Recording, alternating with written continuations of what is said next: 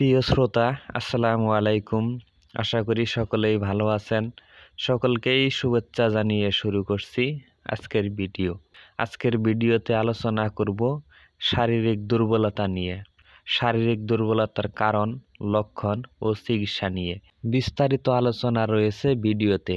বিস্তারিত আলোচনা জানতে ভিডিওটি শেষ পর্যন্ত দেখুন। যেসব কারণে শারীরিক দুর্বলতা দেখা দিতে পারে, যেমন হরমোনের ভারসাম্যহীনতা, ভাইরাসের সংক্রমণ, রোগ প্রতিরোধ ক্ষমতা কমে যাওয়া, এমনকি প্রচণ্ড মানসিক চাপ ও দুশ্চিন্তা থেকে শারীরিক দুর্বলতা দেখা দিতে পারে। ব্লাড সুগার বা রক্তের শর্করার পরিমাণ ওঠানামার কারণেও ক্লান্তি বা দুর্বলতা দেখা দিতে পারে এবং ডায়াবেটিস থেকেও শারীরিক দুর্বলতা বা ক্লান্তি দেখা দিতে পারে। শারীরিক দুর্বলতার লক্ষণগুলো হচ্ছে যেমন ওজন কমে যাওয়া, হাত পা ঝিমঝিম বা অবসতা, খাদ্য গ্রহণের অরুচি দেখা দিতে পারে এবং দৃষ্টিশক্তি ঝাপসা বা মাথা ঘোরা দেখা দিতে পারে, ক্লান্তি বা অবসাদ দেখা দিতে পারে এবং কোনো কিছুতে সহজে মনোযোগ না দিতে পারা, রক্ত চলাচল কমে যাওয়া, ক্ষতস্থানে সহজে না শুকানো ইত্যাদি লক্ষণ দেখা দিতে পারে। আসুন জেনে নেই শারীরিক দুর্বলতার চিকিৎসা।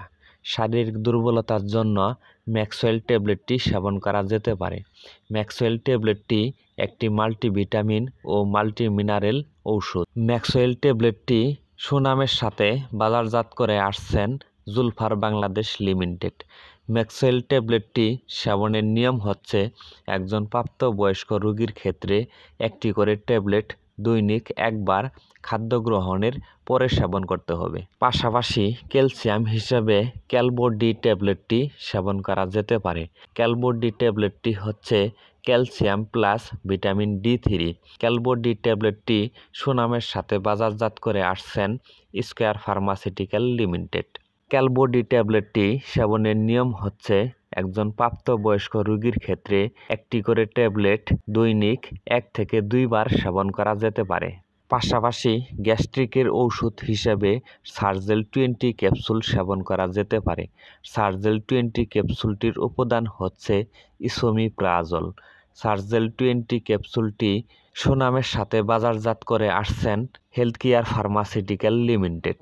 সার্জেল 20 ক্যাপসুলটি সেবনের নিয়ম হচ্ছে একজন প্রাপ্তবয়স্ক রোগীর ক্ষেত্রে একটি করে ক্যাপসুল দৈনিক 1 থেকে 2 বার সেবন করা যেতে পারে।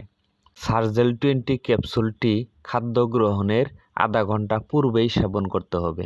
ওষুধগুলি সেবনের পূর্বে একজন রেজিস্টার্ড চিকিৎসকের পরামর্শ অনুযায়ী ওষুধগুলি সেবন করতে হবে। ভিডিওটি ভালো লাগলে লাইক, কমেন্ট, শেয়ার করুন।